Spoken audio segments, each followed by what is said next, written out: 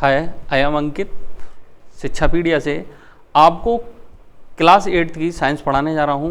पहला चैप्टर है। मैं पिछली वीडियो में आपको पूरा सिलेबस बता चुका हूँ, क्या क्या पढ़ाना है हमें, क्या कैसे क्या करता है, क्या चीज़ दे रखी है उस चैप्टर के बारे में मैं सारा चीज़ बता चुका हूँ। और उसमें पहले चैप्टर के बारे में बताया भी था मैंने। पहला चैप्टर जो है आपका वो क्या है कि क्रॉप मैनेजमेंट एंड प्रोडक्ट, जो crop production and management, sorry, ये आपके चैप्टर का नाम है। पहली जो चैप्टर है वो यही है। मैं उसको इसमें दे रखा है कि इंट्रोडक्शन है, all the living organism require food for their life process like digestion, respiration, excretion, ETC। इसका मतलब है कि सारे के सारे जीव जो हैं उनको फूड की ज़रूरत है, उनकी लाइफ प्रोसेस जो उनके अंदर जो भी प्रक्रियाएं होती हैं उनको संपन्न करने के लिए हमें ऊर्जा की ज़रूरत है। और ऊर्जा हमें कहाँ से प्राप्त होती है?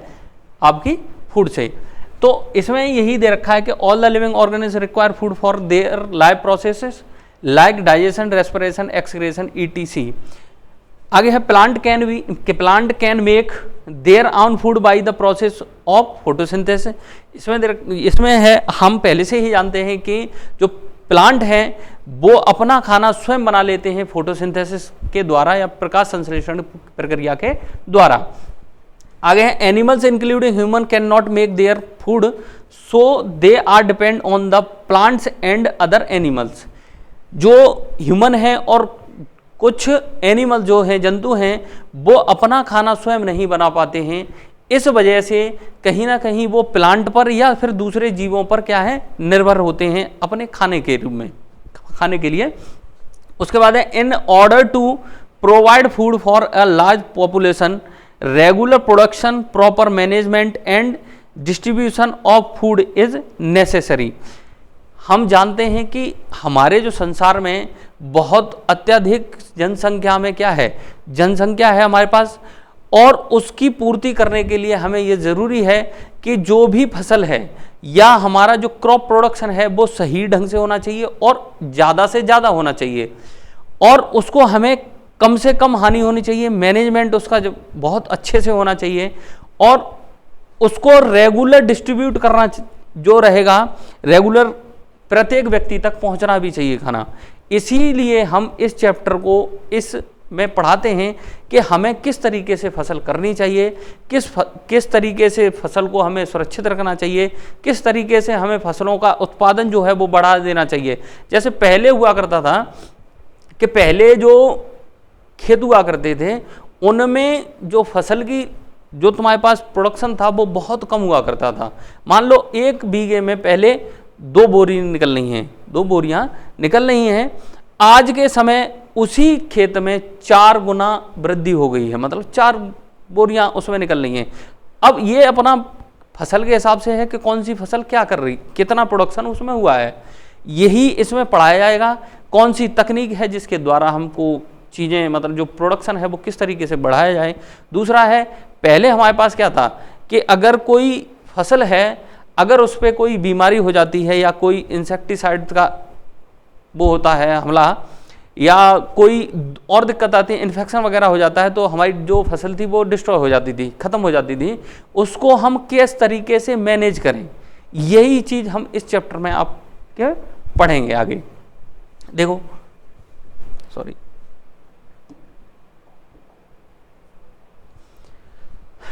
आगे है क्रॉप। क्रॉप क्या होता है? क्रॉप का मतलब क्या होता है? अगर तुमसे पूछा जाए कि क्रॉप क्या है तो हम क्या बताएंगे? क्रॉप का मतलब होता है कि एक ही तरीके के जो पेड़ पौधे हैं एक समूह में किसी पर्टिकुलर जगह पर अगर उपस्थित होते हैं तो उसी को हम क्या कह देते हैं? फसल कह देते हैं। उसमें पौधों में हम फसल अधिकतर पौधों की बात करते हैं, ठीक है।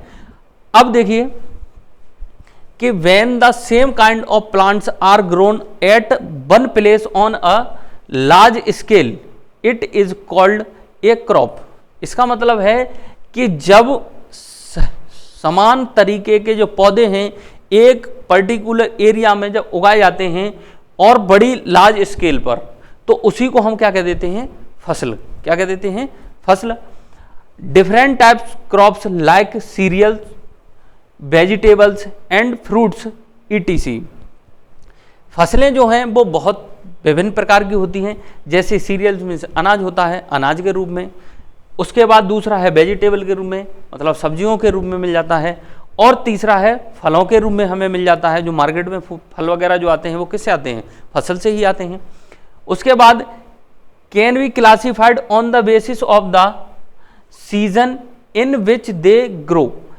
अगर हम फसलों की बात करें तो फसलों का अगर हम सीजन के हिसाब से देखें कि सीजन के हिसाब से किस तरीके से हमने बांट रखा है फसलों को, किस सीजन में कौन सी फसल होती है, इसके आधार पर जो फसलें हैं वो मुख्यतः होती हैं आपकी 3 प्रकार की, ठीक है। लेकिन हमारे जो सिलेबस में दे रखी हैं वो 2 प्रकार की दे रखी हैं।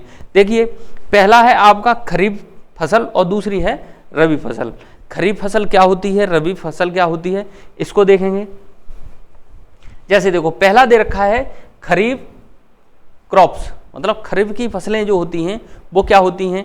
आपने हालांकि इसके बारे में थोड़ा बहुत छोटी क्लासों में आपने पढ़ा होगा, लेकिन हम देखते हैं the crops which are sown in the rainy seasons are called kharif crops. जो बरसात के मौसम में जो फसलें उगाई जाती हैं उन्हें हम क्या कहते हैं? खरीफ कहते हैं। The rainy season in India is generally from June to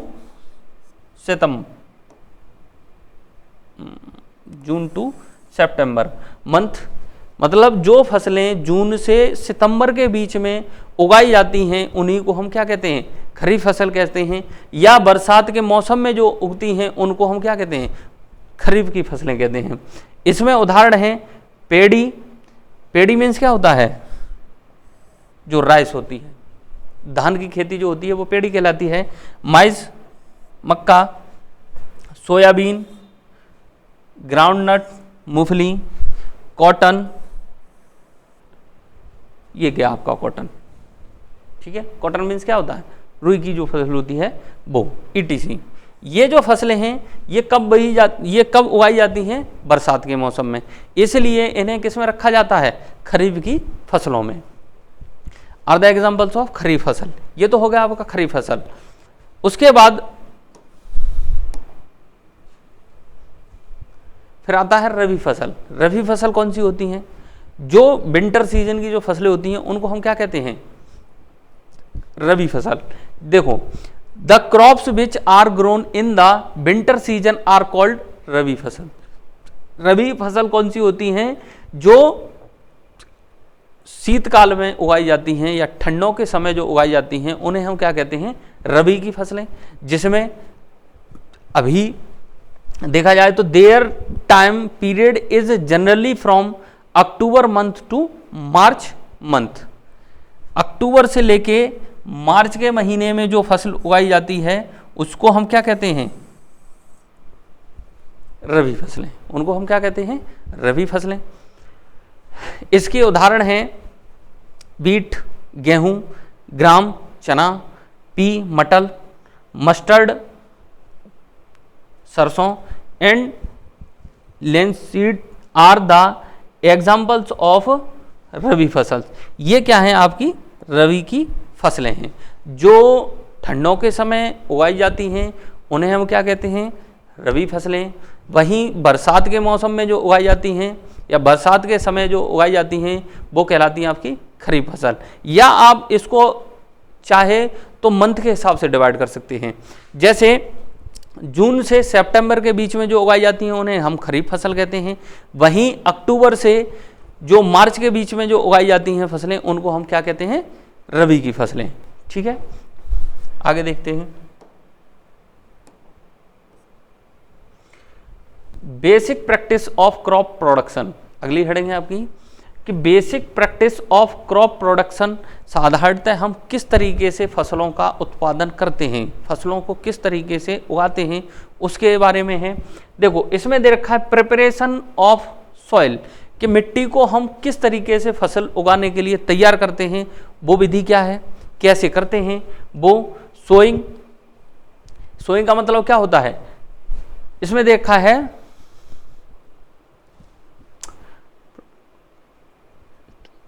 अब देखो, सोइंग का मतलब क्या होता है? जो हम हल वगैरह है खेती जब बोना होता है, ठीक है। जैसे जो फसल है उसको हम किस तरीके से तैयार करते हैं, फसल को किस तरीके से हम बेते हैं, जिसको बोना कहते हैं, बोते हैं, और उसके बाद उसमें हम क्या चीज़ मिलाते हैं, जैसे फर्टिलाइज़र है या मैन्यूअर है, जो खाद कहते हैं, ऑर्गेनिक खाद को मैन्यूअर कहते हैं, वहीं फर्टिलाइज़र जो होता है वो इनऑर्गेनिक मैन्यूअर कह सकते हैं उसको। उसके बाद है इरिगेशन। इरिगेशन का मतलब होता है कि किस तरीके से हम उसमें पानी लगाते हैं, छिड़काव करते हैं या क्या करते हैं, उसको एक एक करके हम उसके बारे में हम पढ़ते हैं, इस चैप्टर में पढ़ेंगे। उसके बाद है प्रोटेक्टिंग फ्रॉम वीड्स। जो खरपतवार वगैरह हैं उनसे हम किस तरीके से अपनी फसल को बचाएंगे, इसके बारे में देखते हैं। उसके बाद हार्वेस्टिंग, काटते कैसे हैं, स्टोरेज, उसको रखते कैसे हैं, इस बारे में। इसको हम कहते हैं कि ये क्या है कि प्रोडक्शन जो है, basic practices of crop production, मतलब कि ये साधारण रूप है किसी भी फसल को करने के, जो स्टेप बाय स्टेप जो चीज़ें हैं वो है। जिसमें देखो पहला है कि प्रिपरेशन ऑफ सॉइल। सॉइल को हम किस तरीके से फसल के लिए तैयार करते हैं, तो इसमें क्या है, preparation of soil one of the most important task in agriculture is to turn the soil and loosen it. मतलब पहला जो टास्क है वो ये है फसल बोने के लिए कि हम किस तरीके से फसल को तैयार करते हैं। ये सबसे पहला, वो खेत को किस तरीके से या जो ज़मीन है उसको किस तरीके से हम तैयार करते हैं किसी भी फसल को उगाने के लिए, ये सबसे पहला टास्क होता है हमारा।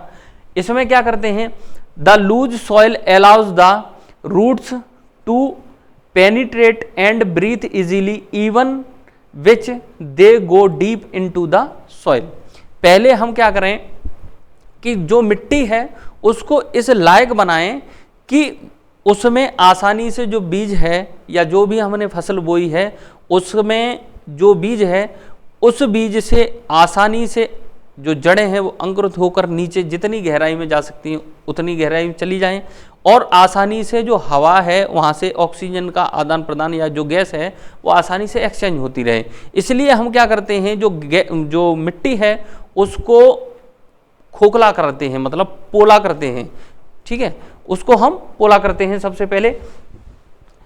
अगला है the लूजन soil help in the growth of earthworm and microbes present in the soil.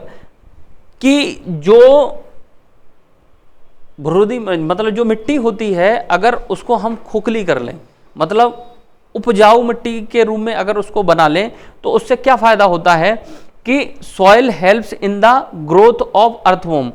उसमें आसानी से जो माइक्रोब्स होते हैं, जो सूक्ष्म जीव होते हैं, वो आसानी से पनप सकते हैं। क्यों? क्योंकि वहाँ जो कुछ माइक्रोब्स ऐसे होते हैं जो एरोबिक होते हैं, कुछ एनोरोबिक होते हैं। तो जो एरोबिक माइक्रोब्स हैं वो आसानी से उसमें पनप जाएंगे, और एनऑर्गेनिक तो पहले से ही होंगे, वो भी आसानी से, दोनों के लिए वो हो जाएगा। तो यहाँ माइक्रोब्स की वैरायटी अधिक से अधिक हो जाएगी। उसके बाद जो कहा जाता है कि किसान का मित्र जो होता है वो कौन होता है, अर्थवॉर्म, केंचुआ जिसको कहते हैं।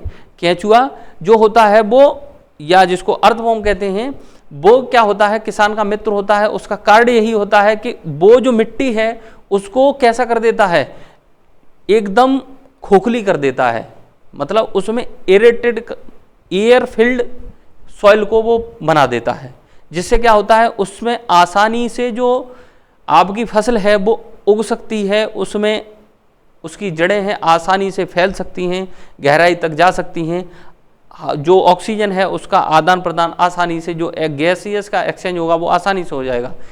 तो इसमें मदद करता है कौन, जो अर्थवॉर्म होता है वो। इसी वजह से हम उसको क्या कहते हैं कि वो किसान का मित्र है, ठीक है।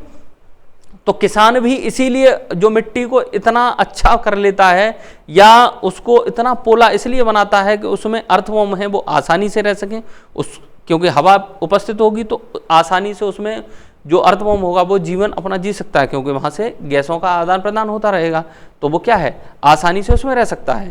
तो कहीं ना कहीं जो किसान है वो उसके लिए मिट्टी बना रहा है, और जो अर्थवर्म होता है वो उसकी फसल के लिए क्या करता है, उस मिट्टी को उस बनाए रखता है। ऐसी ही पॉलिसी या खोखली जिसको कहते हैं वो। अगला है कि the process of loosening and turning of the soil is called tilling और ploughing. This is done by using a plough which is made up of wood और आयरन। वो कहता है कि जो लूजनिंग या जो मिट्टी है उसको हवादार युक्त या पोली जो कहते हो, मतलब उसमें हवा भरी रहे, ठोस ना हो वो। तो ऐसी मिट्टी बनाने के लिए हमें जिस जो क्या कहते हैं, जिस इक्विपमेंट की या जिस टूल की जरूरत पड़ती है उसको हम क्या कहते हैं, फ्लग, जिसको हिंदी में कहते हैं हल। ठीक है, हल की जरूरत पड़ती है, और इस प्रक्रिया को हम क्या कहते हैं, टिलिंग या फ्लगिंग। इसका मतलब होता है कि उसका जुताई करना, हिंदी में इसको कहते हैं जुताई करना। This is done by using a plough, मतलब हल के द्वारा ये होता है, जो कि कैसा होता है, या तो आयरन का होगा या आपका लकड़ी का होगा। ठीक है, जैसे इसमें दे रखा है कि किसान जो है वो हल चला रहा है 2 बैलों के साथ, तो इसमें जो यहाँ जो टूल है वही टूल क्या कहलाता है, फ्लग। क्या कहलाता है, फ्लग। हो सकता है किसका हो, आयरन का बना हुआ और आपकी लकड़ी का बना हुआ। ठीक है, आगे देखते हैं। देखिए इसमें ये गया फ्लग का मतलब ये हल हो गया। ठीक है, और ये क्या है, होई। होई मीन्स क्या होता है, होई का मतलब होता है आपका कि ये फावड़ा है। हिंदी में इसको क्या कहते हैं, फावड़ा। क्या कहते हैं इसको, फावड़ा। आपने देखा होगा कि नीचे कैसा होता है फावड़ा, नीचे चौड़ा सा जो आयरन का पीस होगा और ऊपर एक डंठल होगा, तो ये क्या होता है, होई मीन्स फावड़ा। और छोटा रूप अगर इसका देखा जाए तो खुरपी वगैरह होती है, लेकिन हम इसको फावड़ा दे रखा है। उसके बाद पहले के समय में जो कुछ 20 साल पहले आपका ये चलता था, लेकिन एडवांस में ये क्या हो गया, कल्टीवेटर आ गया है हमारा। अब जो काम है हमारा जुताई का वो आसान करने के लिए हमने क्या यूज करते हैं, जो टेक्नोलॉजी के रूप में यहाँ पे हम बैलों का यूज ना करके किसका कर रहे हैं, एक मशीन का, जो किस रूप में है, ट्रैक्टर के रूप में। और ये जो आ गया है फ्लग हटके, इसको क्या कहते हैं हमने, कल्टीवेटर। क्या आ गया है ये हमारे पास, कल्टीवेटर। देखो इसमें दे भी रखा है फ्लग या होई कल्टीवेटर्स प्रिपरेशन ऑफ सॉइल, मतलब मिट्टी को उपजाऊ बनाने के लिए हमें किस चीज़ की जरूरत पड़ती है, या तो इससे या इससे या इससे। इसका क्या होता है, होई जो होती है आपकी, इससे होता है। पहले जब कुछ गरीब किसान हुआ करते थे तो उनके पास बैल खरीदने के पैसे नहीं हुआ करते थे, तो वो लोग क्या करते थे, इसकी मदद से धीमे धीमे जो अपनी ज़मीन है, जो खेत है, उसको क्या करते थे, जोता करते थे इससे धीमे धीमे। आज के समय में उसको हम क्या कहते हैं, गुड़ाई। ठीक है, इसकी मदद से हम क्या करते थे, गुड़ाई के रूप में धीमे धीमे अपने खेत की खुदाई करते थे। लेकिन जो किसान थोड़े पहले के समय के जो किसान थे, उनके पास क्या थे, बैल वगैरह हुआ करते थे और ये हल हुआ करता था, तो वो इसकी मदद से अपनी खेती किया करते थे। लेकिन आज के समय में जो है, जो टेक्नोलॉजी आ गई है, तो टेक्नोलॉजी के रूप में हम क्या करते हैं, कल्टीवेटर का यूज करते हैं अपनी खेत की, जो भी खेती है उसकी जुताई के लिए। ठीक है, अब देखिए आगे है sowing and quality of seeds. Sowing and quality of seeds, इसका मतलब क्या है, सोइंग माने होता है बोना, जो आपका सीड है उसको मिट्टी के अंदर भेजना, या जो आपने जो मिट्टी तैयार की है उसमें जो बीज हैं उनको डालने की जो प्रक्रिया होती है सॉइल के अंदर उपजन उर्वरक के लिए या उसको जर्मिनेशन के लिए, तो इस प्रोसेस को हम क्या कहते हैं, सोइंग कह देते हैं। तो देखिए, sowing is the process of planting the seeds in the soil, मतलब जो पेड़, जो पुष्प क्या कहते हैं, जो पौधे हैं उसको अंकुरित करने के लिए हम क्या करते हैं, बीजों को उस मिट्टी में डाल दिया करते हैं। तो उस जो बोए करने की जो प्रोसेस, जो क्रिया है, उसी को हम क्या कह देते हैं? सोइंग। हिंदी में कहते हैं इसको बोइंग। बोइंग का मतलब होता है कि किसी जो आपका जो सीड्स हैं उनको मिट्टी में दबा दिया या मिट्टी के संपर्क में पहुंचा दिया, जिससे क्या है वो वहाँ से अंकुरित कर जाए। मतलब अंकुरित को क्या कहते हैं इंग्लिश में? ग्रोइंग। मतलब वो सीड जर्मिनेशन इसको कहते हैं, जर्मिनेट। जो सीड है वो जर्मिनेट होने लगे, इसके लिए हम क्या करते हैं? उसको मिट्टी में डाल देते हैं। तो मिट्टी में डालने की जो प्रक्रिया होती है उसी को हम क्या कहते हैं? सोइंग। आगे है the seeds are sown in the soil that is loosened by cultivator और फ्लग। जो हमने कल्टीवेटर के द्वारा या हल के द्वारा जो हमने मिट्टी जो तैयार की है या जो खेत तैयार किया है, उसमें जो तैयार की हुई मिट्टी है उसमें जो बीज को डालते हैं उसी को हम क्या कहते हैं? सोइंग। या हम सोइंग करने के लिए ही मिट्टी को तैयार करते हैं। उसके बाद है quality of the seed is an important factor that determines the crop yield. उसके बाद दूसरी जो हेडिंग इसमें दे रखी है quality of seeds. Quality of seeds का मतलब इससे क्या है कि हमें यह भी ध्यान रखना पड़ता है कि जो हम बीज है जो मिट्टी में डाल रहे हैं उसके बारे में हमें यह मालूम होना चाहिए कि क्या ये जो सीड है ऐसा तो नहीं है जो डिप्रेस्ड हो चुका है, या ऐसा तो नहीं है बीज के आगे अंकुरित होना। तो हमें बीजों पर भी ध्यान रखना पड़ता है कि बीज ऐसा लें जो जिसका प्रोडक्शन हाई हो, मतलब यील्डिंग जो है वो ज़्यादा हो। जैसे मान लो कि चलो कोई मक्के का बीज हमने किसी खेत में डाला, अगर हमें बीज जैसे एक पेड़ पे अगर 4 भुंटियाँ आए तो फायदा है, या एक पेड़ पे एक भुंटी आए, या कभी कभी ऐसा होता है कि एक पेड़ पे भुंटी आए ही ना। तो हमें बीजों में ये देखना पड़ता है कि अगर हम क्वालिटी की बात करें तो हम ऐसी क्वालिटी रखेंगे जो कम से कम चीज़ों से प्रभावित हो, जैसे उस पर कम से कम जर्म जो इन्फेक्शन हो वो कम से कम हो, सूखे का भी प्रभाव उस पर कम पड़े।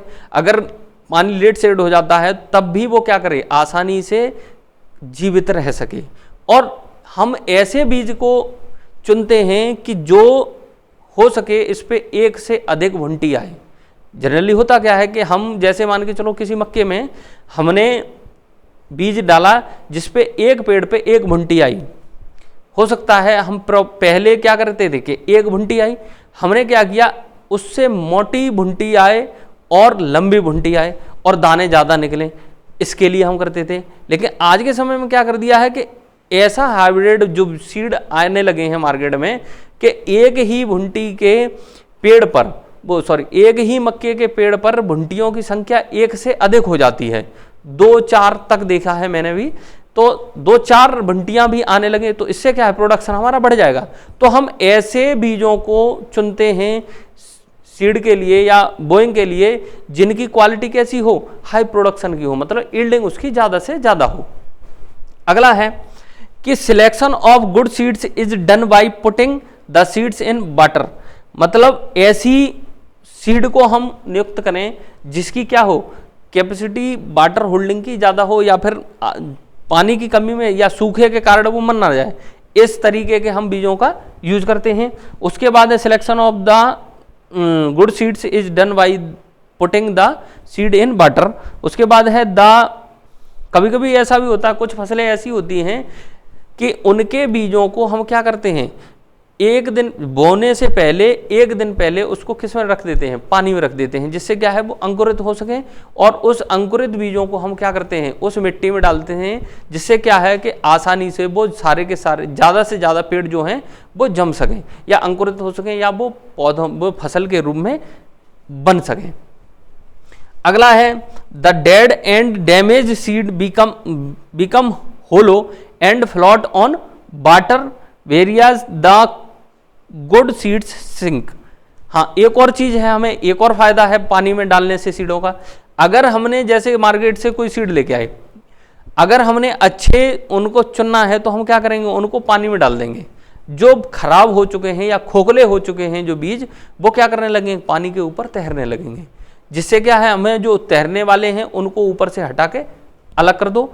और जो बचे हुए हैं उन जितने भी होंगे, हो सकता है मैंने कुछ बताया कि आपके अंकुरित के लिए हम डालते हैं, लेकिन कुछ जीव जो तुम्हारे बीज होते हैं उनका उद्देश्य ये होता है कि आप उनको ये चेक करने के लिए डालते हैं पानी में कि इसमें सही जो सीड होंगे वो नीचे बैठ जाएंगे और जो बेकार हो गए होंगे या जो खोखले हो चुके होंगे वो पानी के ऊपर आ जाएंगे।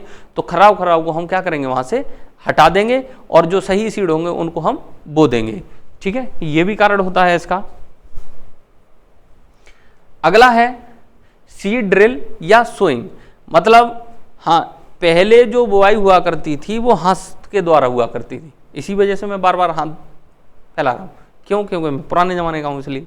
लेकिन आज के तौर पे क्या है, वही जो होता है, जो सोइंग होती है, सोइंग का मतलब है तो बोना, मतलब है हाथ से बोना। और वहीं आज के समय में जो हो रहा है वो ड्रिल हो रहा है। ड्रिल का मतलब होता है कि मशीन के द्वारा वो इंजेक्ट कर देना, जमीन के अंदर जो सीड हैं उनको इंजेक्ट कर देना, मतलब भेज देना। तो इसको हम कहते हैं ड्रिल। ठीक है, तो अगला तुम्हारा है कि सीड ड्रिल या सोइंग। लेकिन उद्देश्य क्या है कि मिट्टी में बीज को पहुंचाना, तो उसको हम सोइंग कहते हैं। उस प्रोसेस को हम क्या कहते हैं, सोइंग। मशीन के द्वारा अगर उसको पहुंचा रहे हैं, हम भेज रहे हैं उसको, तो उसको हम ड्रिल कह देते हैं। तो इसमें दे रखा है सीड ड्रिल। इसका मतलब क्या है कि seed drills are used for sowing with the help of tractor या मशीन। ठीक है, टेक्नोलॉजी मशीन के द्वारा, अगर मशीन के द्वारा हम बीजों को मिट्टी के अंदर छोड़ रहे हैं तो इसको हम क्या कहते हैं, सीड ड्रिलिंग। उसके बाद है कि it ensure that seed are sown uniformly at a particular depth and are covered by soil after sowing. इसका मतलब ये है, हम ड्रिलिंग क्यों करते हैं, क्योंकि ड्रिल क्या है, एक एडवांस है सोइंग करने का, एक तरीका जो है वो एडवांस है। इसका एडवांस क्यों है, क्योंकि जो हम हाथ से बो रहे हैं हो सकता है कि एक ही जगह पे दो बीज चले जाएं या पास पास बीज आ जाएं। हो सकता है कि हमने बोए बीजों को फेंक रहे हैं खेत में, हो सकता है दूसरे के खेत में चले जाएं, तो बीज दूसरे के में चले जाएं। लेकिन अगर हम ड्रिल करते हैं तो ड्रिल से हमें यह फायदा है कि ड्रिल करने से जो मशीन है वो पर्टिकुलर एक गैप के बाद एक निश्चित गहराई के अंदर उसको बीजों को छोड़ती जाएगी। तो वहाँ जो पॉसिबिलिटी है वो बढ़ जाती है, जो जर्मिनेटिंग ऑफ सीड या नंबर ऑफ जो क्रॉप में जो पेड़ों की संख्या है वो बढ़ जाती है। और उनके बाद अगर पास पास ज़्यादा आ जाते हैं तो उससे भी घाटा होता है हमें फसल का। उसमें क्या होता है, उनमें आपस में कंपटीशन होने लगता है चीज़ों के लिए, तो वहाँ पे जो फसल होती है वो कैसी हो जाती है, कमज़ोर होने लगती है। और यहाँ तक होती है कि कमज़ोर होते होते वो हो सकता है वो मर भी जाए फसल, मतलब बेकार हो जाती है फसल। तो ड्रिल एक अच्छा तरीका है इसके लिए। हम जो हाथ से सोइंग करते हैं उससे एडवांस जो तरीका है वो क्या है, सीड ड्रिल। लेकिन है किसका तरीका, बोइंग, जो सोइंग जो है बोने का ही एक तरीका है ये भी। आगे इसमें क्या है, इसमें हम किसकी मदद लेते हैं, जैसे इसमें दे रखा है कि आपने जो ड्रिल कर रहे हो वो पीछे मशीन लगी हुई है, इस मशीन के द्वारा जो हमने मिट्टी तैयार की है हल के द्वारा या कल्टीवेटर के द्वारा, जाहिर सी बात है ये क्या है, इससे कल्टीवेटर आज क्योंकि आज का युग कैसा है, टेक्नोलॉजी है, तो इनने क्या किया होगा, कल्टीवेटर किया होगा, इस कल्टीवेटर से इस मिट्टी को कल्टीवेट किया होगा, मिट्टी बनाई होगी। उसके बाद क्या है कि यहाँ पे बीजों को डाला होगा और बीज जो है इस मशीन के द्वारा एक निश्चित दूरी पर, एक निश्चित दूरी और गहराई पर बोती चली जा रही होगी। तो इसको हम क्या कहते हैं, ड्रिल। ठीक है, ड्रिल किसकी मदद से, एक मशीन की जो है, मशीन की मदद से हम ड्रिल करते हैं। इसमें ट्रैक्टर दे रखा है। आज जो कुछ, अगर आज हमने देखा है कि आज के समय हर कोई ट्रैक्टर नहीं ले पा रहा, तो आज के समय में कुछ मशीनें जो चली हैं उसके पीछे एक व्यक्ति चलता है, वो धक्का मारते जा रहा है और वो पहिए के साथ साथ एक निश्चित दूरी पर क्या करती जाती है। ये मैंने देखा है आज के समय में, जब मैं अपने गांव से निकला तो मैंने देखा था कि मक्का जो बोई जा रही थी उसमें ये मशीन नहीं थी, लेकिन है मशीन, है टेक्नोलॉजी का ही कमाल। क्यों, क्योंकि वहाँ पे जो ड्रिल किया जा रहा है वो इस ट्रैक्टर वगैरह से ना होकर एक सिंपल सी मशीन है, रोलर टाइप, उसको पीछे से व्यक्ति धक्का देता जा रहा है, वो रोल करती जा रही है और एक निश्चित समय बाद वो ड्रिल करती जा रही है सीडों को। ठीक है, ये हो गया आपका ड्रिल ऑफ सीड। देखो यहाँ पे ये क्या कर रहा है, अब देखो इसमें अगली हेडिंग है आपकी मैन्यूर और फर्टिलाइजर। मैन्यूर क्या होता है और फर्टिलाइजर क्या होता है? मैन्यूर का मतलब होता है जो जिसको हम गांव की भाषा में या हिंदी में कहते हैं देसी खाद। ठीक है, क्या कहते हैं उसको हम? देसी खाद। ये क्या ऐसा होता है? ऑर्गेनिक जो होता है, ये ऑर्गेनिक मटेरियल जो होता है या वेस्ट ऑफ काउ या बफेलो जो होता है उसको एकत्रित करते करते रहते हैं हम, उसको कहाँ पहुँचा देते हैं? मिट्टी के संबंध या जो खेत है हमारा, खेत खलिहान जो भी है वहाँ पे हम इसको डाल देते हैं। तो ये जो होता है ये क्या कहलाता है? जो ऑर्गेनिक वेस्ट होता है या ऑर्गेनिक मटेरियल जो होता है उसके द्वारा हम खेत में जब पहुँचाते हैं उसको, तो उसको हम मैन्यूर कहते हैं। तो ऑर्गेनिक मैटर जो होता है उसको हम क्या कहते हैं? ऑर्गेनिक मैटर है उसको तो हमने क्या कह दिया? मैन्यूर। वहीं फर्टिलाइजर जो होता है ये कैसा होता है? यहाँ जो फर्टिलाइजर होता है, फर्टिलाइजर और मैन्यूर में यही अंतर होता है। हालांकि हिंदी में दोनों को अगर देखा जाए तो खाद खाद ही कहते हैं, लेकिन इसको हम कहते हैं देसी खाद। देसी खाद गांव की भाषा में कहते हैं, लेकिन ऑर्गेनिक मैटर होता है। कार्बनिक जो खाद होती है वो मैन्यूर कहलाती है, वहीं अकार्बनिक जो खाद होती है वो फर्टिलाइजर कहलाती है। फर्टिलाइजर क्या होता है कि फर्टिलाइजर में जो मिनरल्स होते हैं जैसे पोटेशियम, कैल्शियम और आपका जो नाइट्रोजन वगैरह, इसको क्या करते हैं हम सीधे ज़्यादा मात्रा में क्या कर देते हैं? ये इनऑर्गेनिक मटेरियल है, तो इनऑर्गेनिक जो होता है, इनऑर्गेनिक जो खाद होती है उसको हम क्या कहते हैं? फर्टिलाइजर। तो यहाँ पे जो ये डाल रहा है, अगर ये इसमें देखा जाए तो ये व्यक्ति जो कर रहा है क्या कर रहा है? फर्टिलाइजर को इस खेत में मिला रहा है। वहीं ये क्या है? उपला कहते हैं इसको, मतलब गांव में जाओगे तो इसको कंडा कहते हैं। ठीक है, तो ये क्या है? वेस्ट ऑफ बफेलो और काउ। तो उससे बना हुआ जो डंक है, उस डंक का ये ढेर या उससे बने हुए केक से होते हैं, उनको हम क्या कहते हैं? उबला।